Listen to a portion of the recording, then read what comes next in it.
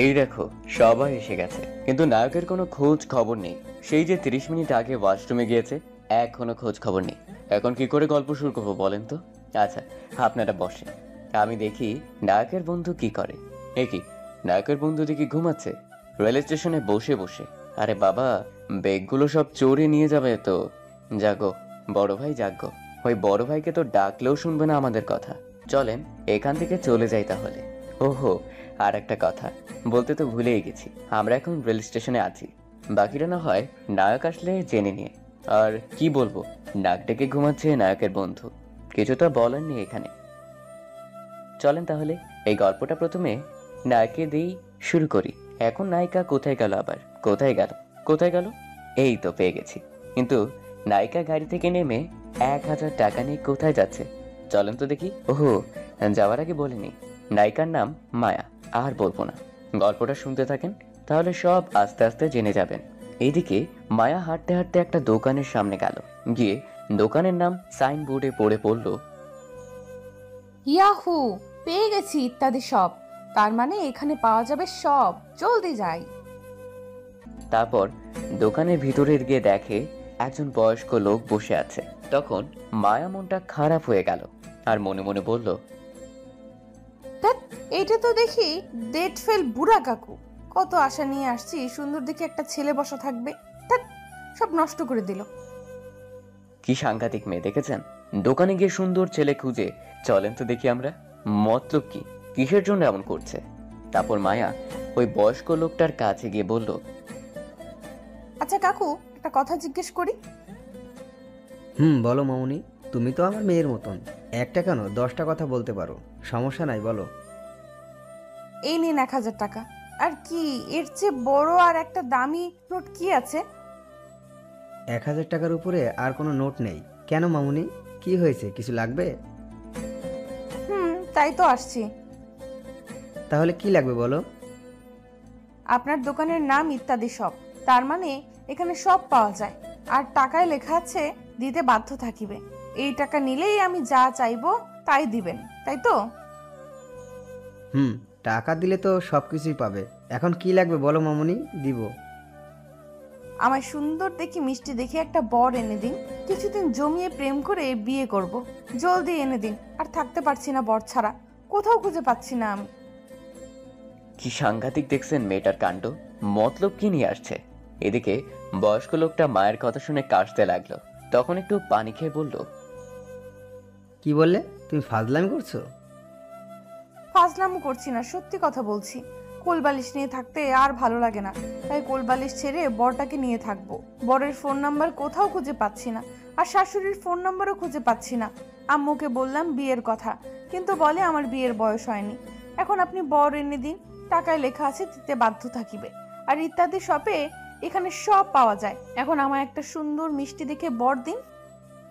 ফাজিল মেয়ে তুমি, যাও আমার দোকান থেকে, এক্ষুনি চলে যাও। এই নাও তোমার টাকা, এক্ষুনি চলে যাও। ফাজলামো করতে আসছো, যাও। তারপর মায়া মন খারাপ করে বের হয়ে চলে আসলো, আর মনে মনে বলল, আল্লাহ, কোথায় আমার মিষ্টি বরটাকে লুকিয়ে রাখছো? আর কতদিন কোলবালিশ নিয়ে থাকবো? আর থাকবো না। তুমি এক্ষুনি বলে দাও আমার বর কোথায়, আমি গিয়ে নিয়ে আসি। আর নয়তো আমার শাশুড়ির ফোন নাম্বার কই দাও, আমি কথা বলে নিয়ে আসছি। তখন হঠাৎ পেছন থেকে মায়ার কানে কেউ ধরলো। তখন মায়া তাকিয়ে দেখে তার আম্মু, আর বলল, কিরে দুষ্টু মাইয়া, তুই এখানে কি করিস? এমন না বলে চলে এলি কেন? আর এখানে কি করিস তুই? কি আর করব, আমার বর খুঁজতেছিলাম, কিন্তু পাচ্ছি না, তাই শাশুড়ির ফোন নাম্বার খুঁজতেছি। হ্যাঁ, হুম। শয়তান মাইয়া, ফাজলামি করিস? এ রেল স্টেশনে এসে বর খুঁজে কেউ, আর শাশুড়ির ফোন নাম্বার খুঁজে কেউ? এখানে অনেক মানুষ আছে, নিশ্চয়ই আমার বরটাও আছে, আর নয়তো শাশুড়ি আছে। ফাজলামো না করে চল তো। ফাজলামো না, সত্যি। যদি শাশুড়ির ফোন নাম্বার পাই, তাহলে জিজ্ঞেস করব আমার বরটাকে কোথায় আটকে রেখেছে। ছাড়ছে না কেন এখনো? তুই কি পাগল হয়ে গিয়েছিস? চল এখন জলদি, এখান থেকে ট্রেন এসে পড়বে। চল এক্ষুনি। ফাজিল মাইয়া দিন দিন বেশি দুষ্ট হয়ে যাচ্ছে। এই বলে মায়ার আম্মু মায়াকে টানতে টানতে নিয়ে যাচ্ছে। তখন মায়া আবার বলল, হ্যালো মিসেস শাশুড়ি, আমার মনের দরজার জানালা সব খুলে দিছি। শাশুড়ি, আপনি যেখানেই থাকেন না কেন জলদি আপনার ছেলেটাকে পাঠিয়ে দিন, আর নয়তো আপনার ফোন নাম্বার দিয়ে দিন, আমি আসছি। আবার দুষ্টুমি করছিস? চল এখন। সারাদিন শুধু দুষ্টুমি আর দুষ্টুমি। তাহলে বিয়ে করিয়ে দিচ্ছ না কেন আমায়? তোর এখনো বিয়ের বয়স হয়নি, আরো কিছু বছর যাক, তারপর আমাদের পছন্দ আর তোর পছন্দ মতো বিয়ে করিয়ে দিব। এখন চল তো। এই বলেই টেনে নিয়ে যাচ্ছে মায়াকে তার আম্মু। এই দাঁড়ান দাঁড়ান, নায়ক ওয়াশরুম থেকে বের হয়েছে, চলেন তাহলে নায়কের কাছেই চলে যাই আমরা এখন। গল্পের নায়ক হিসেবে তো আমি, তা আপনারা সবাই জানেন। তাহলে গল্পটা শুরু করা যাক। পরিচয় না হয় পরে জানবেন। এদিকে আমি ওয়াশরুম থেকে বের হয়ে এসে বন্ধুকে যেখানে বসিয়ে রেখে গিয়েছিলাম সেখানে গিয়ে দেখি বন্ধু আমার ঘুমাচ্ছে। কেমনটা লাগে বলেন তো দেখি। ব্যাগের মাঝে 5 লাখ টাকা আছে, খালার বাসায় দিয়ে আসতে যাচ্ছি, আর সে কি সুন্দর ঘুমাচ্ছে টাকার ব্যাগ রেখে। তারপর জাহিদকে, ওহো আপনাদের আগে বলে দিই, জাহিদ হচ্ছে আমার বন্ধু। ডেকে উঠে বললাম, কিরে হয় তুই টাকার ব্যাগ রেখে ঘুমাচ্ছিস কেন? এখন যদি কেউ এসে ওই টাকার ব্যাগটা নিয়ে চলে যেত তখন আমি কি করতাম? তোরা কি ঘুমাইতে বলছি? খুব ঘুম পেয়েছে, তাই একটু ঘুমিয়ে পড়েছিলাম। এখন যদি টাকার ব্যাগ কেউ নিয়ে চলে যেত তাহলে আমি খালার কাছে গিয়ে কি বলতাম, আর আম্মুর কাছে গিয়ে বা কি বলতাম? সরি দোস্ত, আর এমন হবে না। ঠিক আছে চল। আচ্ছা, তোর এত লেট হলো কেন ওয়াশরুম থেকে আসতে? আর বলিস না, এত সিরিয়াল পড়ছে ওয়াশরুমের সামনে, মনে হয় আজ সবার একসাথে আজ পেটে মোচড় দিয়েছে, তাই সিরিয়াল অনুযায়ী শেষ করে আসছি। আচ্ছা ঠিক আছে, চল এখন। তারপর আমি ব্যাগটা নিয়ে সাথে জাহিদকে নিয়ে আসতে লাগলাম। এদিকে মায়ের আম্মু মায়াকে টেনে নিয়ে আসলো। রেল স্টেশনে তখন একটা বয়স্ক লোক আসলো, ঠিকমতো ভালো করে হাঁটতে পারছে না, একদম বৃদ্ধ। বয়স্ক লোকটা তখন মায়ের কাছে এসে বলল, মারে, কয়েকটা টাকা দিবি? খুব খিদে পেয়েছে, কিছু খাবো। তখন মায়া তার হাতে থাকা 1000 টাকা দিয়ে বলল, এই নাও 1000 টাকা, সামনে একটা হোটেল আছে, সেখানে গিয়ে পেট ভরে খাবে, ঠিক আছে? আরো লাগলে এসে বলো, আমি এখানে আছি। তখন বয়স্ক লোকটার চোখের পানি ঝরে পড়তে লাগলো আর বলল, মারে, গতকাল রাত থেকে কিছু খাইনি, কেউ 20 টাকাও দেয়নি, কতবার চেয়েছি খাবার খাওয়ার জন্য, আর তুই 1000 টাকার নোট দিলি বলা মাত্রই। কান্না করো না, আগে গিয়ে এক্ষুনি পেট ভরে খাবার খাও, যাও। আর তোমার বাসায় কে কে আছে? কেউ নেই, আমি একা। তখন মায়া কিছু বলতে গিয়েও বলল না, আর লোকটা কান্না করতে লাগলো। তখন মায়া বলল, আচ্ছা তুমি বসো, আমি এক্ষুনি একটু আসছি, কোথাও যাবে না। মায়ার আম্মু দাঁড়িয়ে দাঁড়িয়ে দেখছিল, আর মায়া গিয়ে হোটেল থেকে 1 প্লেট বিরিয়ানি নিয়ে আসলো, আর এসে বয়স্ক লোকটাকে একটা ভালো জায়গায় বসিয়ে কিছু বিরিয়ানি হাতে নিয়ে বলল, তুমি হা করো, আমি খাইয়ে দিচ্ছি। না রে মা, তুই আমায় দে, আমি খেয়ে নিচ্ছি, তোর কষ্ট করতে হবে না। না, তোমার হাতে ময়লা, তুমি হা করো, আমি খাইয়ে দিচ্ছি। তখন লোকটা হা করলো আর মায়া খাইয়ে দিতে লাগলো। লোকটা মুখে খাবার নিয়ে কান্না করে দিল, হয়তো এটা সুখের কান্না। তখন মায়ার মাথায় হাত দিয়ে বলল, তোর মতো যদি সব বাবা মায়ের একটি এমন সন্তান থাকে, তাহলে আমার মতো এমন কিছু মানুষ রাস্তায় আজ না খেয়ে থাকতো না। তোর বাবা মা খুব ভাগ্যবান, তোর মতো এমন একটা ভালো মেয়ে পেয়েছে। দোয়া করি তোকে আর তোর বাবা মাকে যেন আল্লাহ ভালো রাখে সব সময়। তখন মায়া বলল, আচ্ছা, তোমায় এখন থেকে আমি চাচা বলবো। আর একটা কথা, তোমার কি কোনো ছেলে মেয়ে নেই? চাচি কোথায়? না রে মা, তোর চাষি অসুস্থ ছিল, টাকার অভাবে চিকিৎসা করাতে না পেরে আমায় ছেড়ে চলে গেছে। একটা মেয়ে ছিল, কিন্তু আমায় দেখতে পারে না, এখন কোথায় আছে সেটাও জানি না। এই দুনিয়ায় আর কেউ নাই, একমাত্র আল্লাহ ছাড়া। কে বললো তোমার আর কেউ নেই? মনে করো আমি আছি, এখন থেকে আমি তোমায় দেখে রাখবো। তুমি এখানে কোথায় থাকো? এখানে রাস্তায় থাকি। তখন মায়ার সাথে তার বাসার একটা লোক ছিল, তাকে বলল, রহিম চাচা, আপনি ওনাকে আমাদের বাসায় নিয়ে যান, আর আপনার সাথে থাকার ব্যবস্থা করে দিন, যান। ঠিক আছে। না রে মা, তার দরকার নাই, আমি এখানে ঠিক আছি। তোমার কোনো কথা শুনবো না, আমি যেতে বলছি, যাও। তারপর খাবারগুলো খাইয়ে দিয়ে রহিম চাচার সাথে বলল যেতে। তখন বয়স্ক লোকটা বলল, আচ্ছা মা, তুই কোথায় যাচ্ছিস? আমি আর আম্মু মামার বাসায় যাচ্ছি, কিছুদিন থাকবো। এটা আমার আম্মু। মায়ের আম্মু অবাক হয়ে দেখছিল সব এতক্ষণ, কিছুই বলছে না। তারপর সবাই কিছু কথা বলে রহিম চাচাকে বলল যেতে, তারা দুজন চলে যাবে। তখন মায়া বলল, শোনো চাচা, তুমি যে দোয়া করলে তখন, এখন আর একটা দোয়া করো, আমি খুব তাড়াতাড়ি যেন একটা সুন্দর মিষ্টি বর পাই। তখন সবাই ফিক করে হেসে দিল। আর তখন বয়স্ক লোকটা বলল, চিন্তা করিস না মা, খুব তাড়াতাড়ি তোর মনের মানুষ পাবি। তারপর চলে গেল তারা। তখন মায়ার আম্মু বলল, আজ আমি খুব খুশি, আর সবচেয়ে বেশি খুশি আল্লাহ তোকে দিয়েছে আমায়। তাহলে এই খুশিতে আমায় বিয়ে দাও। তুই আবার দুষ্টুমি করছিস? তখন মায়া একটু সামনে তাকালো, তাকিয়ে অবাক হয়ে আছে আর খুশিতে লাফিয়ে বলল, আম্মু, পেয়ে গেছে আমার বর। ফাজলামি করিস না, চল এখন। সত্যি কথা বলছি, সামনে দেখো, ওই যে সাদা শার্ট পরে আছে আমার বর। ক্রাশ খেয়ে গেছি 1 কেজি। তখন মায়ের আম্মু তাকিয়ে দেখে বলল, মাশাল্লাহ, খুব সুন্দর, পছন্দ হয়েছে আমাদের। এখনই গিয়ে কথা বলবো বিয়ের তোর জন্য।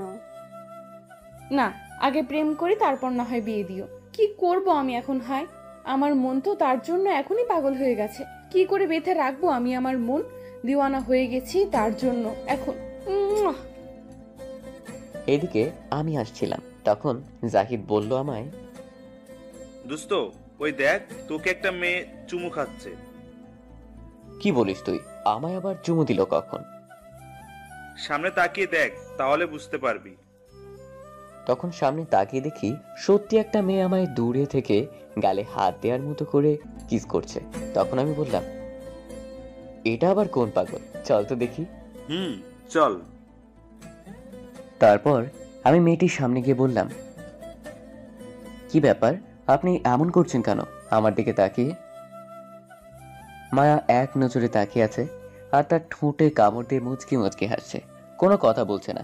তখন মায়ের আম্মু বলল, কি করেছে আমার মেয়ে? এটা আপনার মেয়ে? এটা আমার মেয়ে। কি হয়েছে? আমায় চুমু খাচ্ছিল আমি যখন দূরে ছিলাম। ভুল বুঝছো তুমি বাবা, আমার মেয়ে তার মামার বাড়িতে যাচ্ছে তো অনেক বছর পর, তাই খুশিতে একটু দুষ্টুমি করেছে। তাই বলে এমন দুষ্টুমি করে? এই প্রথম এমন মেয়ে দেখলাম। আচ্ছা ঠিক আছে। তারপর আমি সেখান থেকে চলে আসছিলাম, তার আগে ট্রেন এসে থামলো।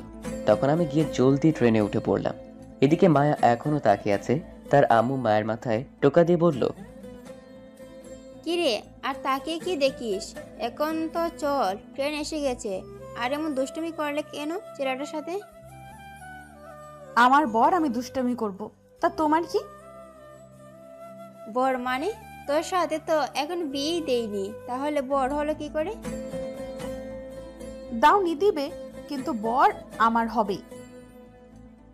যখন সামনে আসলো তখন কিছু বললি না কেন? তখন তাকে দেখেছিলাম, এখন জলদি চলো, খুঁজে বের করতে হবে, আর নয়তো আবার হারিয়ে যাবে। ঠিক আছে, চল। তারপর মায়া আর মায়ের আম্মু ট্রেনে উঠে আমার সামনে সিটে বসলো। মায়া তো খুব খুশি আমার সামনে বসতে পেরে। বসে মায়ের আম্মু বলল, কোথায় যাবে তুমি বাবা? আমি খালার বাসায় যাব একটা কাজে। আপনারা কোথায় যাচ্ছেন আন্টি? আমি যাচ্ছি আমার বাপের বাড়ি, অনেক বছর হলো যাই না, তাই যাচ্ছি কিছুদিনের জন্য। তা তোমার খালার বাসা কোথায়? আমার খালার বাসা কুমিল্লা। ও, আমিও কুমিল্লা যাব, আমার বাপের বাড়ি ওইখানে। কুমিল্লা কোথায় যাবে? আমি কুমিল্লা মাস্টারের বাসার পাশে যাব, সেখানেই আমার খালার বাসা। ও, খুব ভালো। আমিও ওই মাস্টার বাড়ির সামনে যাব, তাহলে একসাথে যাওয়া যাবে। তারপর এভাবেই কথা বলছিলাম মায়ের আম্মুর সাথে। তখন আমি মায়ের দিকে তাকিয়ে দেখে আমার দিকে এক দৃষ্টিতে তাকিয়ে আছে, চোখের পলক পড়ছে না। তখন মায়া তার হাত বাড়িয়ে দিয়ে বলল, হাই, আমি মায়া। তখন আমিও আমার হাত বাড়িয়ে দিয়ে বললাম। মায়া সাথে সাথে আমার হাত ধরে ফেললো। আমি বললাম, আমার নাম নীরব আহমেদ, আর আমার পাশে যে আছে আমার বন্ধু জাহিদ। তারপর মায়া আর কিছু বলল না, আমার হাত ধরে রেখে আমার চোখের দিকে তাকিয়ে রইল। তখন আমি তার হাত ছাড়িয়ে তার আম্মুর সাথে কথা বলতে লাগলাম। 1 ঘন্টা পর চলে আসলাম। ট্রেন থেকে নেমে চলে আসবো, তখন মায়ের আম্মু বলল, এই ছেড়ে দাঁড়াও, কোথায় যাও? এদিকে আসো, আমাদের জন্য গাড়ি পাঠিয়েছে, সেটা দিয়ে যাব, চলো। আন্টি আপনি যান, আমি রিক্সা নিয়ে চলে যাব। একটা চড় দিব, আসো আমার সাথে। তারপর চলে গেলাম তাদের সাথে। মায়ের আম্মু গিয়ে গাড়ির সামনে বসলো, আর আমি পিছনে বসেছি। তখন মায়া এসে আমার পাশে বসলো। তখন কেমন জানি লাগতে শুরু করলো, এই প্রথম কেউ আমার পাশে বসেছে। তাই যখন জাহিদ এসে বসবে, তখন মায়া বলল, আপনি একেবারে পিছনে বসেন। তখন জাহিদ গিয়ে পিছনে বসলো।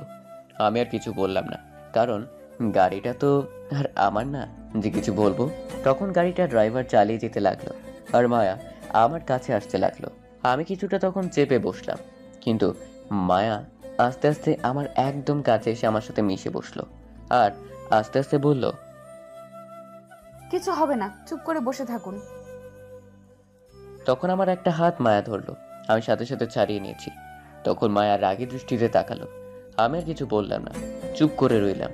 তখন মায়া আবার আমার হাতটি ধরলো, আর আস্তে আস্তে তার কোমর দিয়ে তার পেটে নিয়ে গেল, আর শক্ত করে ধরে রাখলো। তখন আমি বললাম, ড্রাইভার গাড়ি থামা, জলদি। তখন ড্রাইভার জলদি গাড়ি থামালো। আমি তাড়াতাড়ি নেমে গেলাম, সাথে জাহিদও নেমে গেল। তখন মায়ের আম্মু বলল, কি হলো, নেমে গেলে কেন বাবা? আন্টি আমার একটা কাজ আছে, আপনি যান। আচ্ছা ঠিক আছে, তোমার ফোন নাম্বারটা দিয়ে যাও তো বাবা। আচ্ছা ঠিক আছে, নিন 019331956 তারপর আমি সেখান থেকে চলে আসলাম। একটু দূরে এসে মনে মনে বললাম, কি সাংঘাতিক মেয়ে রে বাবা, এমন মেয়ে জীবনেও দেখি নাই। তখন জাহিদ বলল, কিরে, নেমে গেলি কেন এই মাঝ রাস্তায়? আরে এতদিন পর এখানে আসলাম, একটু ঘুরে ফিরে যাব তাই। আচ্ছা ঠিক আছে, চল। তারপর হাঁটতে লাগলাম। কিছুটা সামনে যাওয়ার পর দেখলাম আমির চাচা আসছে, তার বাসা আমার খালার বাসার সাথে। তখন আমি সামনে গিয়ে সালাম দিয়ে বললাম, কেমন আছো চাচা? তখন চাচা সালামের উত্তর দিয়ে বলল, আছি কোনো মতো ভালো, তুই কেমন আছিস? ভালো আছি চাচা। কোথায় যাও? একটু বাজারে যাচ্ছি। কেন বাজারে যাচ্ছ কেন? একটা ভিমবার আনতে যাচ্ছি। তুমি ভিমবার দিয়ে কি করবে? আর বলিস না, তোর চাচি আমায় বলে আমার দাঁত নাকি পরিষ্কার হয় না দাঁত ব্রাশ করলেও, তাই এখন পেপসিডেন্ট দিয়ে দাঁত না ব্রাশ করে এই ভিমবার দিয়েই ব্রাশ করব। 100 লেবুযুক্ত ভিমবার, 1 নিমিষেই দাঁত পরিষ্কার। এটাই টিভিতে বললো গতকাল, তাই সেটা নিয়ে আসতে যাচ্ছি। আমি তো চাচার কথা শুনে হাসবো না কাঁদবো বুঝতে পারছি না। তখন আমি মনে মনে বললাম, তোমার দাঁত পরিষ্কার হবে কিনা তা জানি না, কিন্তু দাঁত সবগুলো পড়বে এটা জানি। তারপর চাচার সাথে আর কিছু কথা বলে খালার বাসার উদ্দেশ্যে হাঁটতে লাগলাম। আর এদিকে মায়া আমি গাড়ি থেকে নামার আসার পর ছটফট করতে লাগলো। তখন মায়া মনে মনে বলতে লাগলো, শয়তানটা আগেই নেমে গেছে, এখন আমি কি করে থাকবো? এক দেখায় সব কেড়ে নিয়ে গেছে, মনটাও নিয়ে গেছে সাথে করে। দেখি আম্মুকে কিছু বলে কাজ হয় কিনা। তখন মায়া তার আম্মুকে বলল, আচ্ছা আম্মু, তুমি কি দেখো না তোমার মেয়েটা কত বড় হয়ে গেছে, তবুও তুমি এখনো তোমার বাড়িতে রাখছো কেন? তো কোথায় রাখবো তোকে আমি? আমি যদি তোমার জায়গায় থাকতাম না, তাহলে ঝাড়ু দিয়ে মেরে বলতাম, দূর হ শয়তান, তোর জামাইয়ের কাছে যা। এখনো বসে আছিস কেন? তখন মায়ের আম্মু এটা শুনে হাসতে লাগলো আর বলল, তাই নাকি? আম্মু, আমি অনেক বড় হয়েছি, আর আমার বরকে তো খুঁজে বের করেছি, তাহলে তাড়াতাড়ি বরের কাছে পাঠানোর ব্যবস্থা করো। কে বললো তুই বড় হয়েছিস? তুই এখনো অনেক ছোট, আর একটু বড় হয়ে নে, তারপর না হয় চিন্তা করা যাবে বিয়ের। তোমার কাছে বড় হতে হতে আমি বুড়ি হয়ে যাব, তাহলে তুমি এখন আমায় বিয়ে দিবে না? না, আর একটু বড় হয়ে নে, তারপর তোর বিয়ে দেব। এখন না। শোনো আম্মু, তোমার যদি সাহস থাকে, তুমি যদি আমার আব্বুর স্ত্রী হয়ে থাকো, তাহলে আমায় 1 সপ্তাহের মাঝে আমার বিয়ে দিয়ে দেখাও। আল্লাহ, তুমি এ কেমন মেয়ে দিলা? আল্লাহ বলছে মেয়েটা খুবই ভালো, তাড়াতাড়ি বিয়ে দিয়ে বিদায় কর। দেখো মা, আর পাগলামি করিস না। কিছুদিন যাক, তারপর না হয় বিয়ে দেব। আর ওই ছেলের সাথেই তোর বিয়ে দেব। তখন মায়া মন খারাপ করে বলল, ঠিক আছে, তাহলে একটু তাড়াতাড়ি করো, আমি এখনই থাকতে পারছি না দেখার পর থেকে। আচ্ছা, তুই এখন চুপ করে বসে থাক। দাঁড়াও, একটা গান বলে নেই। শাশুড়ি, আপনার বৌমা লইয়া যান তাড়াতাড়ি, এমন কিউট বৌমা কেন এখনো থাকে বাপের বাড়ি। হায় রে পাগলি মেয়ে আমার। এদিকে আমি খালার বাসায় এসে দেখি খালা বাইরে যাওয়ার জন্য বের হচ্ছে। তখন আমায় দেখে খালা বলল, এসে গিয়েছিস তুই? আমি তো মনে করেছি আসবি না। কি যে বলো, আমি আসবো না আমার খালার কাছে? এটা কি হয়? তা তো দেখছি, কতবার আসিস, কোনো কাজ ছাড়া তো কখনো আসিস না, এসেই তো যাওয়ার জন্য পাগল হয়ে যাস। আচ্ছা, এবার 5 দিন থাকবো, হয়েছে? আর লিমা কোথায়? লিমা একটু মার্কেটে গেছে তার বান্ধবীদের সাথে, চলে আসবে কিছুক্ষণ পর। আচ্ছা, টাকাগুলো নিয়ে এসেছিস তো? নিয়ে আসছি, এই ব্যাগের মাঝে আছে। আচ্ছা, এর টাকা এখন তোর কাছে রাখ, আর কাপড়ের ব্যাগ এখানে রেখে চল তো আমার সাথে একটু মাস্টারের বাসা যাব। কিসের জন্য যাবে খালা? আমাদের এই জায়গাটা নিয়ে একটু সমস্যা হয়েছে, তার কাছ থেকে কিনেছিলাম। আচ্ছা ঠিক আছে, চলো। তারপর আমি জাহিদ খালা মিলে যেতে লাগলাম বাসাটা। একটু দূরে 5 মিনিট হাঁটার পর চলে গেলাম বাসার সামনে। যাওয়ার পর দেখলাম আমি যে গাড়িতে আসলাম সেই গাড়িটা এখানে। তখন মনে হলো মায়ার আম্মু, তো বললো এখানে নাকি আসবে। তখন জাহিদ বলল, দোস্ত, এই গাড়িটা এখানে? এটাই তো তাদের বাড়ি। তারপর আমরা ভিতরে চলে গেলাম। তখন খালা বলল, আচ্ছা, তুই এইখানেই দাঁড়া, আমি জিজ্ঞেস করে আসি মাস্টার সাহেব বাসায় আছে কিনা। আমি মাথা নেড়ে হ্যাঁ বললাম। তখন খালা একটু ভিতরে চলে গেল। তখন আমরাও একটু ভিতরে যেতে লাগলাম। তখন দেখতে পেলাম মায়া একা সোফায় বসে 2 গালে হাত দিয়ে বসে আছে নিচের দিকে তাকিয়ে। তখন আমি মনে মনে বললাম, এর থেকে একটু দূরে থাকতে হবে। গাড়িতে বসে যা করলো, বাবা কি সাংঘাতিক মেয়ে, আমি তো ভয় শেষ। তখন জাহিদ বলল, দোস্ত, ওই দেখ মেয়েটা, চল একটু কথা বলে আসি। দরকার নেই, চল, এই মেয়ে দেখলে বিপদ। আরে কিসের বিপদ? কার বিপদ? কবে বিপদ? তুই সেটা বুঝবি না, চল। তুই যা, আমি কথা বলে আসি। তাহলে তুই থাক, আমি যাই। এই বলে চলে আসছিলাম। তখন মায়া আমায় দেখে ফেলে আর বলে, এই তুমি দাঁড়াও, কোথায় যাও? শয়তান মেয়ে দেখে ফেলছে, আর দাঁড়িয়ে থাকা যাবে না, জলদি যেতে হবে। এই বলে তাড়াতাড়ি হাঁটতে লাগলাম। বাসার বাইরে আসার পর মায়া দৌড়ে এসে আমার হাত ধরে টেনে তার বাসার পিছনে নিয়ে গেল আর গাছের সাথে চেপে ধরে বলল, কি হলো, পালিয়ে যাচ্ছ কেন? তুমি জানো না তোমায় আমি কতটা ভালোবাসি? গাড়িতে তা বোঝো নাই? কি বলছেন এগুলো? দেখা হলো আজ 1 ঘন্টা হলো, আর এর মধ্যে ভালোবেসে ফেললেন? এটা কি করে? সেটা যেভাবেই হোক না কেন, আমি তোমায় ভালোবাসি, আর আমি মনে কথা চেপে ধরে রাখতে পারি না। যা বলি সরাসরি বলি। চলো, এখন আমি তোমায় প্রপোজ করব, তুমি তা মেনে নিবে। আমি আপনাকে জীবনে ভালোবাসবো না। এখন আপনি আবেগের মাঝে আছেন, তাই উল্টো পাল্টা বলছেন। যখন আবেগ ফুরিয়ে যাবে তখন আর এই ভালোবাসা থাকবে না। এই, তুমি কি আমায় গ্যাস সিলিন্ডারের বোতল পেয়েছিস যে শেষ হয়ে যাবে? আমার পা থেকে মাথা পর্যন্ত দেখতো কোন দিক দিয়ে আবেগ লেখা আছে, চল দেখা। দেখুন, একদিনে কখনো ভালোবাসা হয় না, আর আমি আপনাকে ভালোবাসি না, আর ভালোবাসতে পারবো না। কেন ভালোবাসবি না বল? আমার আপনাকে পছন্দ না, তাই। তুই পছন্দ না করলেও আমি পছন্দ করি তোকে, আমায় ভালোবাসতে হবে, ব্যাস। না, আমি আপনাকে ভালোবাসতে পারবো না। দেখ মাথা গরম করাস না, তাহলে কিন্তু খুব খারাপ হবে বলছি। এখনো সময় আছে, আমায় মেনে নে। আমি কিছু বলতে যাব তখনই জাহিদ আমায় ডাকতে লাগলো। তখন আমি বললাম, ছাড়েন আমায়, আমি চলে যাব। আমার প্রপোজ অ্যাকসেপ্ট করলে ছেড়ে দেব।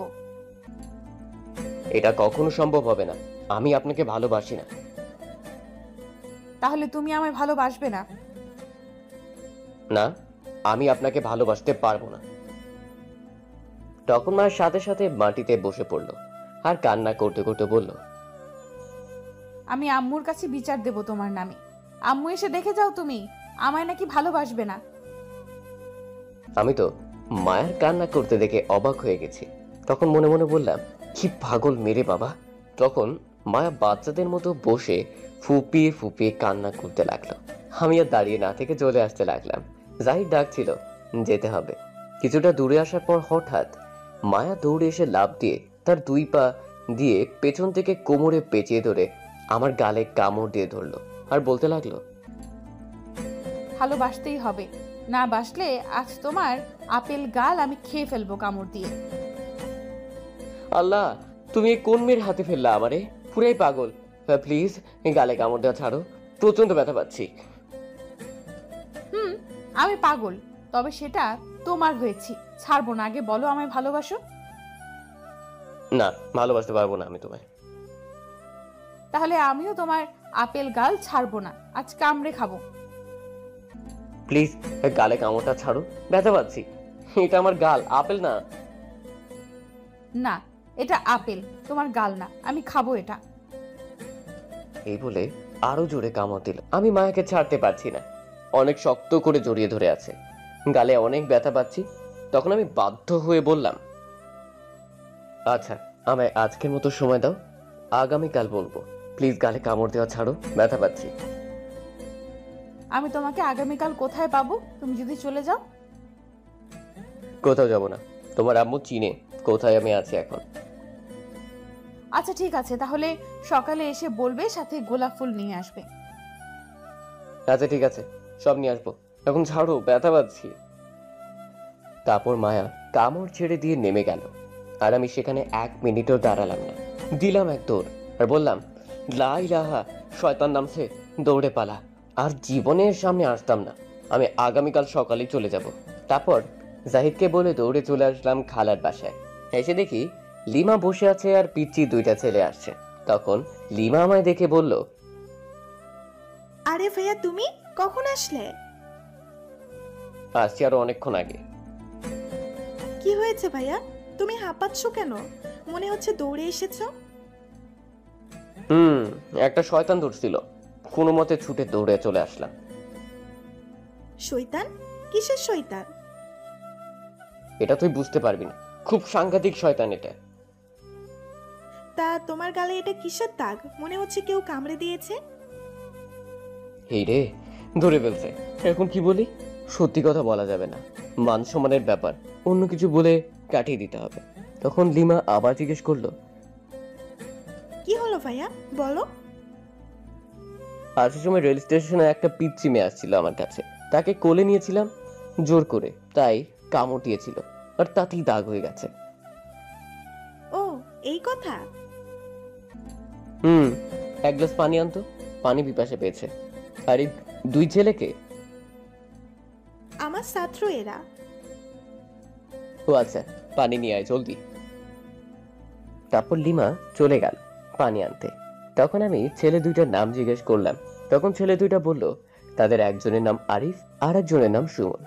তখন আমি বললাম, আচ্ছা সুমন, তুই কোন ক্লাসে পড়িস? আমি প্রথম শ্রেণী। আমিও প্রথম শ্রেণীতে পড়ি। গুড, ভালো করে মনোযোগ দিয়ে লেখাপড়া করিস তোরা। আচ্ছা ঠিক আছে। তুই বড় হয়ে কি হতে চাস? আর আমি বড় হয়ে হেলিকপ্টারের পাখা চুরি করতে চাই, যাতে আমার ছোট্ট গাড়ির মোটরে বড় পাখা লাগাতে পারি। আমি তো সুমন আর আরিফের কথা শুনে অবাক হয়ে গেছি। হাসবো না কাঁদবো বুঝে উঠতে পারছি না। অজ্ঞান হওয়ার অবস্থার কথা শুনে তখনই লিমা আসলো পানি নিয়ে। ভাইয়া, এই নাও পানি। তখন আমি একটু পানি খেয়ে আর বাকি পানি মাথায় দিলাম আর লিমাকে বললাম, তোর ছাত্রদের ভবিষ্যতের পরিকল্পনা খুব ভালো দেখছি রে। বুঝতে হবে এটা কার ছাত্র। তখন আমি হেসে দিলাম লিমার কথা শুনে আর বললাম, তুই জানিস তোর ছাত্রদের ভবিষ্যতের পরিকল্পনা? জানি তো, ডাক্তার ইঞ্জিনিয়ার হবে। ডাক্তার হবে? ওরে বাবা, আবার ইঞ্জিনিয়ার কচু হবে, ডাক্তার হবে। তারা ভবিষ্যতের পরিকল্পনা করছে একজন হবে সাইকেল চালক আর একজন হবে হেলিকপ্টারের পাখা চোর। আমি এই বলে হাসতে লাগলাম। লিমা তো শুনে অবাক হয়ে গেছে আর রাগে কচ করছে তার ছাত্রদের দিকে তাকিয়ে। তখনই জাহিদার খালা আসলো, আমায় এমন হাসতে দেখে বলল, কিরে এমন পাগলের মতো হাসছিস কেন? কি হয়েছে? তখন আমি সব বললাম। তারাও হাসতে লাগলো। তখন লিমা তার ছাত্রদের নিয়ে চলে গেল। তখন আমি বললাম, খালা, জমির ব্যাপারে কি বললো? তুই গিয়ে নিয়ে আসবি কাল সকালে। আমি যেতে পারবো না, সকালে রান্না করতে হবে, আরো কিছু কাজ আছে। তুই গিয়ে আমার কথা বলবি, তোকে দলিল দিয়ে দিবি। আমি গেলে তো পাগল মেয়ে আমি ছাড়বে না। আমি শেষ যার ভয় পালিয়ে আসলাম তার কাছে আবার যেতে হবে। হায় রে কপাল। আচ্ছা আমি খাবার দিচ্ছি, আয় খেয়ে যা। আর খাবার অ্যাটম বোম দাও, সেটাই খাই। তারপর ফ্রেশ হয়ে খাবার খেয়ে নিলাম। খেয়ে বসে বসে ফোন টিপলাম। তখন আম্মু ফোন দিল। ফোন রিসিভ করার পর বলল, কিরে আমায় ভুলে গেলি? একটা ফোন দিলি না? না আম্মু, ভুলে যাইনি, মাত্রই এসে বসলাম। এত লেট হলো কেন যেতে? আসছি আরো আগে খালার সাথে একটু বাহিরে গিয়েছিলাম, তাই লেট হলো। ও আচ্ছা এই কথা, তোর খালার কাছে ফোন নিয়ে দে তো। আচ্ছা ঠিক আছে, দিচ্ছি। তারপর খালার কাছে নিয়ে ফোনটা দিলাম। কিছুক্ষণ কথা বলে ফোনটা দিয়ে দিল। আমি আর কিছুক্ষণ কথা বলে ফোনটা কেটে দিলাম। কেটে ফোনটা যেই পকেটে রাখতে যাব তখনই ফোনটা আবার বেজে উঠলো। তাকে দেখি অপরিচিত নাম্বার। তখন ফোনটা রিসিভ করে সালাম দিলাম। ওপাশ থেকে সালামের উত্তর নিয়ে একটি মেয়ে বলল, আমার জান কি করে? আপনার জান কি করে সেটা আমি কি করে বলবো? গিয়ে দেখেন অ্যাটম বোম নিয়ে বসে আছে ছুঁড়ে মারার জন্য। সেটা ডাক্তারের কাছে গিয়ে পরীক্ষা করলে দেখতে পারবেন। সেখানে যান। ডাক্তারের কাছে যাব কেন? তুমিই তো আমার জান। তাহলে আমি বাইরে কেন? আপনার বুকের মধ্যে থাকার কথা। তুমি তো সেখানেই আছো, তাহলে জলদি চলে আসো। আমার বুকে লুকিয়ে ফেলি তোমায়, কেউ যাতে আমার কাছ থেকে নিতে না পারে। এত সাংঘাতিক পাগল মেয়ে এটার কেউ হতে পারে না মায়া ছাড়া। কি হলো, আসো, আমি থাকতে পারছি না তোমাকে ছাড়া। এই, তুমি আবার কল দিলে কেন? আমার জানের কাছে আমি কল দিব না তো কে দিবে? হয়েছে, রাখো। এখন আমি একটু দোকানের দিকে যাব। যাও, কথা বলতে বলতে যাও। আমি আর কিছু না বলে ফোনটা কেটে দিলাম। তখন জাহিদকে বললাম, চল জাহিদ, একটু দোকানের দিকে যাই আর একটু ঘুরে আসি। আচ্ছা ঠিক আছে চল, আমারও ভালো লাগছে না। তারপর খালার কাছে বলে বাসার বাইরে চলে আসলাম। তখন ফোনটা আবার বেজে উঠলো। তাকে দেখি মায়া ফোন করেছে। তখন আমি ফোন বন্ধ করে রেখে দিলাম। তারপর বিকেল পর্যন্ত ঘোরাঘুরি করে চলে আসলাম বাসায়। তারপর টিভি দেখতে দেখতে রাত 8টা ঘড়িতে বেজে উঠলো। রাতের খাবার খেয়ে আবার গিয়ে টিভি দেখতে লাগলাম। ফোনের কথা একটু মনে নেই। এদিকে মায়া এখনো আমার ফোন বন্ধ পেয়ে তার রুমে গিয়ে তার কাপড়গুলো বেগে ভরতে লাগলো। তখন তার আম্মু রুমে আসলো। খাবারের জন্য ডাকতে এসে দেখে মায়া তার কাপড় ব্যাগে ভরছে। তখন মায়ের আম্মু জিজ্ঞেস করলো, কি রে মা, এত রাতে তুই তোর কাপড় ব্যাগে ঢোকাচ্ছিস কেন? কি হয়েছে? আমি চলে যাব, আমার শাশুড়ির কাছে গিয়ে বলবো আমার বরটা ফোন বন্ধ করে রাখছে কেন, অনেক বকা দিতে বলবো। শুনছো মেয়ের কথা? তুই তোর শ্বশুর বাড়ির ঠিকানা পেলি কোথায়? জানি না তো কোথায় আমার শ্বশুর বাড়ি, কিন্তু খুঁজে বের করে ফেলবো। আল্লাহ, এই কেমন পাগল মেয়ে দিলাম আরে। ওই তুই রাখ তো কাপড়, চল খাবার খেয়ে আসবি। না, আমি খাবো না। আগে আমার শাশুড়ির ফোন নাম্বার দাও, আর নয়তো ঠিকানা দাও। ঠিক আছে, তোর আব্বুকে বলবো এনে দিতে। দাঁড়াও, আমি আব্বুকে ফোন করে বলছি। তখন মায়া তার আব্বুকে ফোন দিল। তার আব্বু ফোন রিসিভ করার পর বলল, আব্বু তোমার কাছে আম্মু বললো শাশুড়ি ফোন নাম্বার আছে, দাও তো। একই রে, তোর মাথা কি গেছে নাকি? তোর আম্মু আর তুই তো তোর নানুর বাসায় আছিস, তাহলে ফোন নাম্বার দিয়ে কি করবি? আরে তোমার শাশুড়ির ফোন নাম্বার না, এই বুড়ির নাম্বার দিয়ে আমি কি করব? আমার শাশুড়ির ফোন নাম্বার দাও। তোর শাশুড়ি আমি কোথায় পাবো? তোকে কি বিয়ে দিয়েছি নাকি? আম্মু তো বললো তুমি নাকি আমার শাশুড়ির ফোন নাম্বারটা জানো। এই তোরা মা মেয়ে কি পাগল হয়ে গেছিস নাকি? তখন মায়ার আম্মু মায়ের কাছ থেকে ফোন নিয়ে বলল, আমি পাগল হইনি, তোমার মেয়ে পাগল হয়ে গেছে। কেন, কি হয়েছে মেয়ের? রেল স্টেশনে একটা ছেলেকে দেখে তোমার মেয়ে পছন্দ করে ফেলছে, আর সেই ছেলের জন্য পাগলামি করছে। তার শাশুড়ির ফোন নাম্বার খোঁজাখুঁজি করছে চলে যাওয়ার জন্য। তোমার মেয়ে নাকি এখানে থাকবে না, শ্বশুর বাড়ি চলে যাবে। তখন মায়ের আব্বু এই শুনে হাসতে লাগলো আর বলল,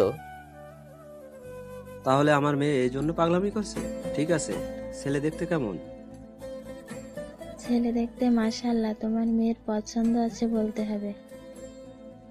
তাহলে আর কি বলবো, আলহামদুলিল্লাহ। মেয়ের যখন পছন্দ হয়েছে, তোমার যেহেতু পছন্দ হয়েছে, ছেলের বাসার ঠিকানা খুঁজে বের করো, তাহলে মেয়েকে তার মনের মানুষের কাছে দিয়ে দেই। এতই যখন পাগলামি করছে। আচ্ছা ঠিক আছে, আমি তাহলে ছেলের পরিবারের খোঁজ নিচ্ছি। আর তোমার মেয়েকে বোঝাও, তোমার মেয়ে এখনই কাপড় ব্যাগে ভরে রেডি হয়ে চলে যাচ্ছে। কি এখনই চলে যাচ্ছে? দাও তো মায়ের কাছে ফোনটা। দিচ্ছি, কথা বলো। তখন মায়ের আম্মু মায়ের কাছে ফোনটা দিল আর মায়ের আব্বু বলল, কি রে মা, কি শুনলাম তুই নাকি এখনই ব্যাগ গুছিয়ে চলে যাচ্ছিস? শোন, চিন্তা করিস না, আমি তোকে ওই ছেলের সাথে বিয়ে দিব। আমার মন ঘুম সব একদিনে কেড়ে নিয়েছে। তুমি যতক্ষণ না আমায় বিয়ে দাও ততক্ষণ এই পাগলামি চলবে। এ নাও, আম্মুর সাথে কথা বলো। এটা বলে মায়া তার আম্মুর কাছে ফোন দিয়ে দিল। আর মায়ের আম্মু তখন বলল, দেখছো তোমার মেয়ে কেমন পাগলামি করছে। বুঝতে পারছি। কোনো মতো সামলে রাখো, আর ছেলেটার পরিবারের খোঁজ খবর তাড়াতাড়ি নাও। আচ্ছা ঠিক আছে, তুমি খাবার খেয়ে নিয়েছো? যাও এখন মেয়েকে নিয়ে খাবার খেয়ে আসো। তারপর ফোন কেটে দিল। তখন মায়ের আম্মু মায়াকে বলল, চলো এখন খাবার খেয়ে নিই, আমি আগামীকাল ছেলেটার খোঁজ নিচ্ছি। আমি খাবো না খাবার, তার ফোন যখন খুলবে আমি কথা বলে তারপর খাবো। চলো তো, আর ভালো লাগছে না। তখন মায়ের আম্মু জোর করে মায়াকে নিয়ে গেল খাবার খাওয়ার জন্য। তারপর মায়া অল্প কিছু খেয়ে তার রুমে এসে শুয়ে পড়লো আর মনে মনে বলল, শয়তান, তোকে একবার কাছে পেয়ে নেই, তারপর বোঝাবো ফোন বন্ধ করে রাখা, তাই না? একবার কাছে পেয়েই নেই, কিন্তু এখন ঘুমাবো কি করে? সবই তো কেড়ে নিয়েছে, কষ্ট করে ঘুমাতে হবে। তারপর মায়া এপাশ ওপাশ করতে করতে ঘুমিয়ে পড়লো। সকালে আমি উঠে দেখলাম মাত্র ঘড়ি কাঁটায় 7টা বাজে। তখন জাহিদকে ডেকে উঠে বললাম, জাহিদ জলদি চল, এখনই গিয়ে দলিল আনতে হবে, সময় নেই। কয়টা বাজে দেখ তো? এখন সকাল 7টা বাজে। এত সকালে কেউ কারো বাসায় যায়? শুয়ে থাক, এখনো কেউ হয়তো ঘুম থেকে ওঠেনি। উঠেনি বলেই তো যাব, এখন জলদি চল। এই বলে ফ্রেশ হয়ে জাহিদকে নিয়ে বেরিয়ে চলে আসলাম। তাদের বাসার সামনে যাওয়ার পর বুকটা ধুকধুক করতে লাগলো। মায়ের ভয়ে মায়া যদি দেখে তাহলে ছাড়বে না রাজ। তখন আস্তে আস্তে তাদের বাসায় যেতে লাগলাম। কিছুটা সামনে যাওয়ার পর দেখি মায়া দাঁড়িয়ে আছে। তখন জলদি লুকিয়ে পড়লাম। কিছুক্ষণ পর মায়া ভিতরে চলে গেল আর তখনই মাস্টার উনি বেরিয়ে আসলেন। তখন আমি জলদি দৌড়ে তার সামনে গেলাম, গিয়ে সালাম দিলাম। সালামের উত্তর নেওয়ার পর বলল, বলো কিসের জন্য এসেছো তোমরা? জি, আমি নওরিন খালা পাঠিয়েছে দলিলের জন্য। ও চিনতে পারছি, কিন্তু দলিল তোমাকে 11টার দিকে এসে নিয়ে যেতে হবে, এখনো আমার কাছে আসেনি। ওহ আচ্ছা ঠিক আছে, তাহলে আমি চলে যাচ্ছি, খালা এসে নিয়ে যাবে। আচ্ছা ঠিক আছে, 11টার দিকে আসতে বলবে, তাহলেই হবে। এই বলে মাস্টার সাহেব চলে গেল। অন্যদিকে তখন জাহিদ বলল, হারামি, তোরে আগেই বলছি এত সকালে যাওয়ার দরকার নেই, তবুও শুনলি না। শুধু শুধু ঘুম নষ্ট করে আসছি। চল এখন। আচ্ছা চল তাহলে যাওয়া যাক। তারপর তাদের বাসা থেকে বেরিয়ে আসলাম। তখন আমি বললাম, দোস্ত, যেহেতু আগেই উঠে গেছি, চল সামনে একটা বাগান আছে, সেখান থেকে একটু হেঁটে আসি। জাহিদ মাথা নেড়ে হ্যাঁ বলল। বাগানটা ছিল এই মাস্টার সাহেবের বাসার আরো সামনে। তখন হাঁটতে হাঁটতে যেতে লাগলাম। কিছুটা সামনে যাওয়ার পর মনে হলো আমাদের পেছনে কেউ আছে। তখন পেছনে তাকিয়ে দেখি মায়া তার হাতে ব্যাগ নিয়ে রেডি হয়ে আসছে। আমি তো দেখে অবাক হয়ে গেছি। তখন আমি মনে মনে বললাম, কি ব্যাপার, এই মেয়ে রেডি হয়ে ব্যাগ নিয়ে কোথায় যায় এত সকালে? তখন জাহিদ বলল, কি ব্যাপার, এই মেয়ে আমাদের পিছনে আসছে কেন? সেটাই তো বুঝতে পারছি না। চল তো আর একটু সামনে গিয়ে দেখি আমাদের পিছে আসে কিনা। আচ্ছা ঠিক আছে, চল। তারপর আমি আর জাহিদ হেঁটে কিছুটা পথ যাওয়ার পর পেছনে তাকিয়ে দেখি নাই। তখন মনে করলাম চলে গেছে, কিন্তু তখন দেখি আমার পাশে দাঁড়িয়ে আছে। তখন আমি বললাম, এই তুমি কোথায় যাচ্ছ? আমাদের পিছন পিছন কই যাও? তুমি যেখানেই যাও আমিও সেখানেই যাব। আমি বাড়ি থেকে পালিয়ে আসছি, আমি তোমার সাথে যাব। আমি তো অবাক হয়ে গেছি মায়ের কথা শুনে। তখন আমি বললাম, তুমি কি পাগল হয়ে গেছো নাকি? বাসায় যাও। না, আমি যাব না। আমি তোমাকে ভালোবাসি আর তোমার সাথে থাকবো। এখান থেকে কোথাও যাব না। না, আমি পালিয়ে আসছি বাসা থেকে। চলো এখন বিয়ে করে তোমার বাসায় নিয়ে যাও। আমি তোমাকে বিয়ে করব না, বাসায় নিয়েও যাব না। তুমি তোমার বাসায় যাও। না, আমি যাব না। আমি তোমাকে ভালোবাসি, আমায় তোমার সাথে নিয়ে চলো। দেখো, বিরক্ত করো না, তোমার বাসায় যাও। আমি তোমাকে ভালোবাসি না।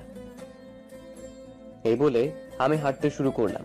তখন মায়া পিছন থেকে বলল, ভালোবাসো না বললেই হলো? আমি তোমাকে ভালোবাসি আর তুমিও গতকাল বলছো আমায় ভালোবাসো। তখন আমি থেমে বললাম, গতকাল আমি এমনি বলছি। আমি তোমার হাত থেকে ছোটার জন্য এখন চুপ করে যেভাবে আসছো সেভাবে চলে যাও। এই বললেই হলো? আমি কোথাও যাব না এখন। এত কষ্ট করে ব্যাগ গুছিয়ে রেডি হয়ে সবার চোখ ফাঁকি দিয়ে বাসা থেকে পালিয়ে আসছি কি আবার ফিরে যাওয়ার জন্য? চলো তোমার বাসায় নিয়ে চলো আমায় বিয়ে করে। কেমনটা লাগে বলেন তো এখন? এর মাথায় মনে হয় সব তার ছেঁড়া, তা এমন পাগলামি শুরু করে দিয়েছে। তখন আমি মায়ের হাতে ধরে কিছুটা সামনে দিয়ে এসে বললাম, সোজা তোমার বাসায় যাও। এক পাও যাব না আমি। তোমার বাসায় নিয়ে যাও। না, তোমাকে আমার বাসায় নিয়ে যাব না। তাহলে আমিও যাব না আমার বাড়ি, আমি যাব তোমার বাড়ি। কেন পাগলামি শুরু করে দিছ? তোমাকে যে অনেক ভালোবাসি, তোমার পাগলি হতে চাই। আমার এমন পাগলি লাগবে না, তুমি বাসায় যাও, আমাদের পিছনে আসবে না। এই বলে আমি হাঁটতে লাগলাম। কিছুটা দূরে এসে একটু পিছনে তাকিয়ে দেখি মায়া আসছে আমার পিছনে। যাইনি। তখন আমি বললাম, তোমাকে না বললাম আমার পিছনে আসবে না? তখন মায়া আমায় বলল, আমি আসবো, 100 বার আসবো। আমি আমার বরের পেছনে আসছি, তার বাসায় যাব। তা তোমার কি? বুঝতে পারছি, একে মাইন্ড না দিলে ঠিক হবে না। এই বলে আমি মায়াকে যেই চড় দিতে যাব তখনই মায়া তার দুই গালে হাত দিয়ে ধরে রাখলো আর বলল, এমন তুলোর মতো নরম গালে কেউ চড় দেয়? দিলে কয়েকশত চুমু দাও, চড় দিলে ব্যথা পাবো। তুমি যাবে কি না বলো? না, আমি যাব না। যাবে না তাহলে তুমি? না, আমি যাব না। আমি তোমার সাথে যাব। তখন আমি মায়ের চুল ধরে কিছুটা নিচু করে দিলাম, পিঠে ঘুষি আর বললাম, শয়তান মেয়ে, তোর ঘাট থেকে এখন সব ভূত নামাবো। আমার সাথে যাবি তাই না? দাঁড়া, তো যাও, আমি বের করছি। এই বলে মায়ের পিঠে ঘুষি মারতে লাগলাম আর মায়া বলতে লাগলো তাকে ছেড়ে দিতে। এদিকে যাই চুপ করে আমাদের এইসব দেখছিল। তখন মায়াকে মারতে দেখে দৌড়ে এসে ছাড়িয়ে নিল আর বলল, কি করিস, মেরে ফেলবি নাকি? কি করব বল? এত করে বলছি তবুও কথা শুনে না, তাই বাধ্য হলাম। তাই বলে মারতে হবে? তোকে ভালোবাসে বলেই তো বাড়ি ছেড়ে চলে আসছে। দেখ, জ্ঞান দিবি না, কিছু বললে তোকেও এখন মারবো। এদিকে মায়া বসে বসে কান্না করছে। তখন আমি বললাম, এখন বাসায় যাও, আর পিছু নিবে না, বলে দিলাম, মনে থাকে যেন। মায়া কান্না করছে, কিছু বললো না। তখন আমি জাহিদকে বললাম, চল এখন সামনে যাওয়া যাক। তখন আমি আর জাহিদ যেতে লাগলাম। কিছুটা দূরে যাওয়ার পর জাহিদ বলল, দেখ দোস্ত, এই মেয়েটার সাথে কাজটা ভালো করিস নাই। মারা ঠিক হয়নি তোর। মেয়েটা না হয় বুঝতে পারছে না, তুই বুঝিয়ে বাসায় দিয়ে আসতি তবু হতো, কিন্তু তোর মারা ঠিক হয়নি। এখন গিয়ে যদি নারী নির্যাতনের মামলা দেয়। ঠিক বলছিস, আমি তো এটা আগে ভেবে দেখিনি। হঠাৎ তখনই মায়া দৌড়ে এসে পেছন থেকে লাফ দিয়ে ধরলো, আর তার দুই পা দিয়ে কোমর পেঁচিয়ে ধরে হাত দিয়ে আমার মাথায় ধরে গালে কামড় দিয়ে ধরলো, আর বলল, আমায় বাসায় পাঠিয়ে দিবা তাই না? আবার আমায় মারছো, দেখো এবার আমি কি করি। এই বলে মায়া আরো জোরে আমার গালে কামড় দিয়ে ধরলো। আমার প্রচন্ড ব্যথা করতে লাগলো। আমি বললাম, উফ বাবা, ব্যথা পাচ্ছি, ছাড়ো, কামড়টা ছাড়ো, প্লিজ প্লিজ। তখন মায়া কামড় দিয়ে ধরে বলল, আমারে মারার সময় আমি ব্যথা পাইনি বুঝি, আমি ছাড়বো না। এখন বলো আমায় বিয়ে করবে কিনা? যদি এখন বিয়ে করে বাড়িতে নিয়ে যাও তাহলে ছাড়বো। আমি কখনো বিয়ে করব না তোমাকে, ছাড়ো আমায়। তখন মায়া আরো জোরে কামড় দিয়ে ধরে রাখলো। প্রচন্ড ব্যথা করতে লাগলো, মনে হচ্ছে এখনই গালটা কেটে ছিঁড়ে নিয়ে আসবে। তখন আমি জাহিদকে বললাম, জাহিদ, এটাকে আমার ঘাট থেকে নামা, এসে জলদি। আমি পারবো না। যখন তুই মারছিস তখন ব্যথা পাইনি বুঝি? তাহলে আমি এখন বাধা দেব কেন? তোদের ঝগড়ার মাঝে আমি আসতে পারবো না। শালা তুই আমার বন্ধু না হারামি? যা বলার বল, আমি কিচ্ছু করতে পারবো না। এদিকে ব্যথা আরো বাড়তে লাগলো। তখন আমি বললাম, মায়া প্লিজ ছাড়ো, অনেক ব্যথা করছে। আগে বলো আমার শর্তে রাজি, তাহলে ছাড়বো। জীবনও না, আমি কখনো রাজি হব না। তাহলে তোমার আপেল গাল আজ শেষ। এই বলে আরো জোরে কামড় দিল। ব্যথা কিছু বলতেও পারছি না। তখনই পেছন থেকে কেউ ডাকলো। তাকিয়ে দেখি মায়ের আম্মু। তখন বলল, ওই শয়তান মেয়ে, তুই বাড়ি থেকে না বলে ব্যাগ নিয়ে চলে আসছিস কেন? আর এত বড় মেয়ে হয়ে এমন কাঁধে চলে আসছিস কেন? নেমে আয়। তখন আমি বললাম, আন্টি পরে জিজ্ঞেস করবে, আগে আমার কাঁধ থেকে নামান, কামড় ছাড়ান। তখন মায়ের আম্মু এসে মাকে টানতে লাগলো, কিন্তু এতটাই শক্ত করে ধরে রেখেছে যে ছাড়াতে পারছে না। এদিকে আরো ব্যথা করছে আমার গাল। তখন আমি মাকে বললাম, মা ঠিক আছে, আমি সব রাজি, এখন কামড়টা ছাড়ো প্লিজ, ব্যথা করছে। এটা বলার সাথে সাথে মায়া কামড় ছেড়ে দিল আর বলল, আম্মু তুমি একটু তাড়াতাড়ি দূরে যাও, গিয়ে চোখ বন্ধ করে রাখো, আমাদের একটা কাজ আছে। তখন মায়ের আম্মু সাথে সাথে দূরে চলে গেল, আর মায়া তখন আমার ঠোঁট দুটি তার দখলে নিয়ে নিল। জাহিদ এটা দেখে দৌড়ে অন্যদিকে চলে গেল। আমি তো মায়ের কাণ্ড দেখে অবাক হয়ে গেছি। 5 মিনিট পর ছেড়ে দিয়ে বলল, শুধু শুধু এতটা কষ্ট দিলে আমায়, আর নিজেকেও আগে বললেই হতো। আমি কিছু না বলে আমার ফোনটা বের করে ক্যামেরায় গোলটা দেখলাম, একদম দাগ হয়ে গেছে আর কেটে গেছে। তখন আমি বললাম, এটা কি করলে তুমি? গালটা কেটে গেছে, এখন দেখছো দাগ হয়ে গেছে। খুব ভালো হয়েছে, এখন সারা জীবন মনে থাকবে তুমি রাজি হওনি বলে আমি তোমার গালে কামড় দিয়ে এমন করেছি। শয়তান মেয়ে। শয়তান তবে তোমার হয়েছি, পাগল হলেও তোমার হয়েছি, তবুও তো বউ তোমার হয়েছি। তখন মায়ের আম্মু আসলো, সাথে মাস্টার সাহেব আসছে, এসে বলল, কিরে তুই এমন না বলে বাড়ি থেকে পালিয়ে আসলি কেন? আসছি আমার বরের সাথে শ্বশুর বাড়ি যাবো বলে। শ্বশুর বাড়ি? তোর আবার বিয়ে কবে হলো? আর তোর বর কোথায়? বিয়ে হয়নি, হবে। আর এই যে এটা আমার বর। কি বলছিস তুই এগুলো?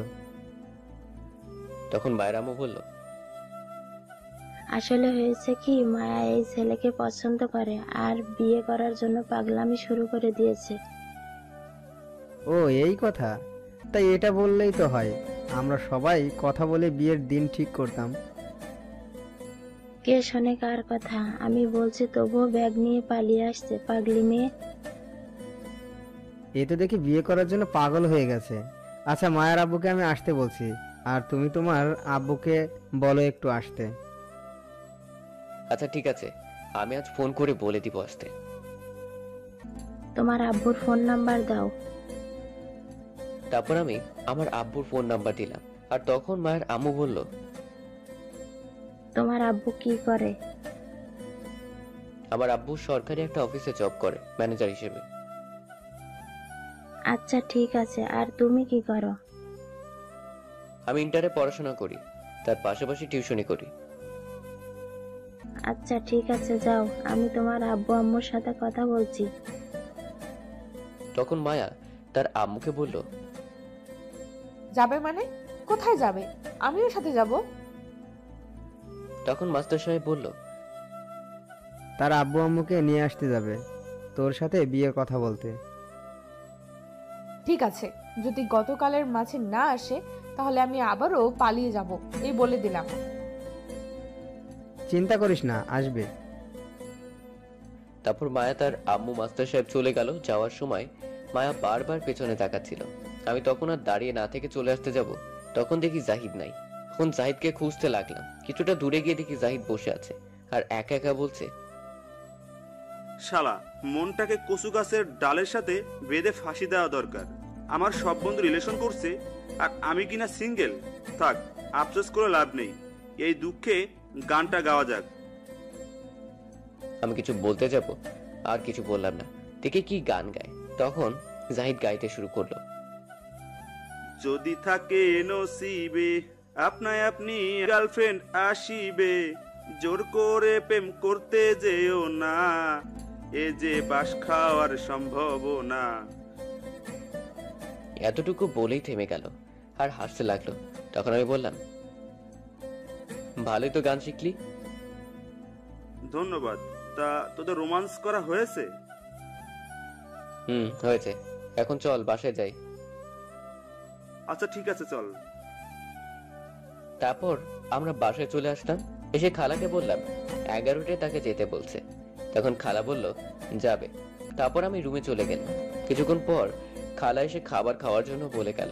খাবার খেয়ে রুমে চলে আসলাম। তারপর সারা দিন রুমে বসে কাটিয়ে দিলাম। রাতে বসে টিভি দেখছি। তখন কেউ বাসার গেটের মাঝে জোরে শব্দ করলো। কেউ মনে হয় আসছে। গেট বন্ধ, তাই আসতে পারছে না। আমি উঠতে যাব, তখন খালা চলে গেল। আমি আর না উঠে বসে রইলাম। কিছুক্ষণ পর আম্মুর কণ্ঠ শুনতে পেলাম, কিন্তু আমি তো আম্মুকে কিছু বলিনি। মনে হলো আম্মুই বাসায় আসছে। আমি দেখার জন্য রুম থেকে বের হয়ে দেখি সত্যি আম্মু আসছে, সাথে আব্বু। আমি দেখে অবাক হয়ে গেছি। তখন আম্মু বলল, কি শয়তান পোলা, আমাদের না জানিয়ে বৌমা ঠিক করে ফেলছিস। হ্যাঁ, তুমি কার কাছে শুনলে? আমি তো কিছুই বলিনি। তুই না বললেও তোর খালা বলেছে, আর বৌমা নিজে আমায় ফোন করে বলেছে। ভালোই হয়েছে, আর কষ্ট করে আমায় মেয়ে খুঁজতে হলো না। তা মেয়ের বাবা কি করেন? আমি কিছু বলার আগে খালা বলল, মেয়ের বাবা এনআরবিসি কোম্পানির মালিক। তারা তো অনেক বড় লোক। এনআরবিসি কোম্পানি বাংলাদেশে বিজনেসে থাকা 2য় নম্বর। তারা রাজি হয়েছে? তারা রাজি। আগামীকাল গিয়ে বিয়ের ডেট ফাইনাল করবে। আচ্ছা ঠিক আছে। তখন আমি বললাম, আচ্ছা খালা, তুই জানলে কি করে তাদের বিষয়ে এত কিছু? আমি জানবো না তো কে জানবে? আমি অনেক আগে থেকে জানি। আর আজ 11টায় যাওয়ার পর আমায় তোর ব্যাপারে সব বলেছে। জিজ্ঞেস করেছে তোর আব্বুকে, বলেছে নিয়ে আসতে। আমি এখন তোর আম্মুকে সব বলি আর আসতে বলি। ও আচ্ছা, এই কথা। আচ্ছা, তোর গালে কি হয়েছে? কে কামড় দিল রে তোকে? তখন খালা বলল, সত্যি তো, আমি এতক্ষণ দেখিনি। কে কামড় দিল? এখন কি বলি? সত্যি কথা তো বলা যাবে না, যে কোনো কিছু বলে কাটিয়ে দিতে হবে। তখন আমি বললাম, কিছু না, একটু ব্যথা পেয়েছি। এখন চলো খাবার খাবো, খিদে পেয়েছে। দেখে চলতে পারিস না? আচ্ছা, এখন এগুলো থাক, খাবার দিচ্ছি, খেতে আয়। তখন আম্মু আব্বু গিয়ে ফ্রেশ হয়ে আসলো। তারপর সবাই মিলে খেয়ে নিলাম। খেয়ে গিয়ে শুয়ে পড়লাম। সকালে উঠে ফ্রেশ হয়ে খাবার খেয়ে বসে আছি, তখন লিমা আসলো। তখন জাহিদ আমি লিমা বসে আড্ডা দিতে লাগলাম। দুপুরে গোসল করে বসে আছি, তখন আম্মু বলল তাদের বাসায় যেতে হবে। তখন রেডি হয়ে সবাই মিলে চলে গেলাম। গিয়ে সবাই বসে আছি। কিছুক্ষণ পর মায়ের আম্মু আব্বু মাস্টার সাহেব বসে কথা বলতে লাগলো। কিছুক্ষণ পর মায়াকে আব্বু আম্মুর সামনে নিয়ে আসলো। সুন্দর করে সেজে আসছে। মায়া এমনিতেই সুন্দর, তার উপর আবার আজ শাড়ি পরে আসছে, লাল শাড়ি। আমি তো দেখে হা করে তাকিয়ে আছি। তখন আম্মু মুখটা বন্ধ করে দিল। সবাই মিলে বিয়ের ডেট ফাইনাল করতে লাগলো। ওহো, মায়া কিসে পড়ে বলতে ভুলে গেছি। মায়াও ইন্টারই পড়ে। তখন মায়ের আব্বু আমার আব্বুকে বলল, বিআই মশাই, তাদের পরীক্ষার তো আর বেশি দিন নাই, 1 মাস আছে। আমি চাইছিলাম কি পরীক্ষার পর না হয় বিয়ে হবে। আমিও তাই ভাবছি, পরীক্ষার পর না হয় বিয়ে হবে। আলহামদুলিল্লাহ, তাহলে এই কথাই রইলো। আমাদের পরীক্ষার আর 1 মাস আছে, তাই সবাই মিলে এটাই সিদ্ধান্ত নিল পরীক্ষার পর বিয়ে হবে। সবাই রাজি হলো, মায়াও রাজি। তখন মায়া বলল, আমি আমার বরের সাথে কিছু কথা বলতে চাই, নিয়ে যেতে পারবো? নিয়ে যাও মা। নীরব, যা কথা বলে আয়। তখন মায়া আমার একটা রুমে নিয়ে আসলো আর এসেই দরজা বন্ধ করে দিল। সে ঘরে একটা টিভি ছিল, সেটা চালু করে একটা গান চাললো। গানটি হচ্ছে দিলবার দিলবার। আর মায়া লাফিয়ে বলে উঠলো, ইয়াহু, আমি তোমাকে পেয়ে গেছি, কত খুশি লাগছে আমার। আচ্ছা চলো, এই খুশিতে এখন আদর করবে। কি পাগল হয়ে গেল নাকি? এখন কিচ্ছু করতে পারবো না, সব বিয়ের পর। তা বললে হবে না, আমার এক্ষুনি আদর করতে হবে। যেহেতু আমাদের বিয়ে ঠিক হয়ে গেছে, তাহলে আর কোনো সমস্যা নেই। আগে বিয়ে হোক, তারপর সব হবে, এখন না। আমি এত কথা শুনতে চাই না। তোমার ঠোঁটের লোভ আমি প্রথম দিন থেকে সামলাতে পারছি না। কখন খাবো এটা ভাবছি। আজ সব আদর করতে হবে। আমি পারবো না এখন কিছু করতে, আমি গেলাম।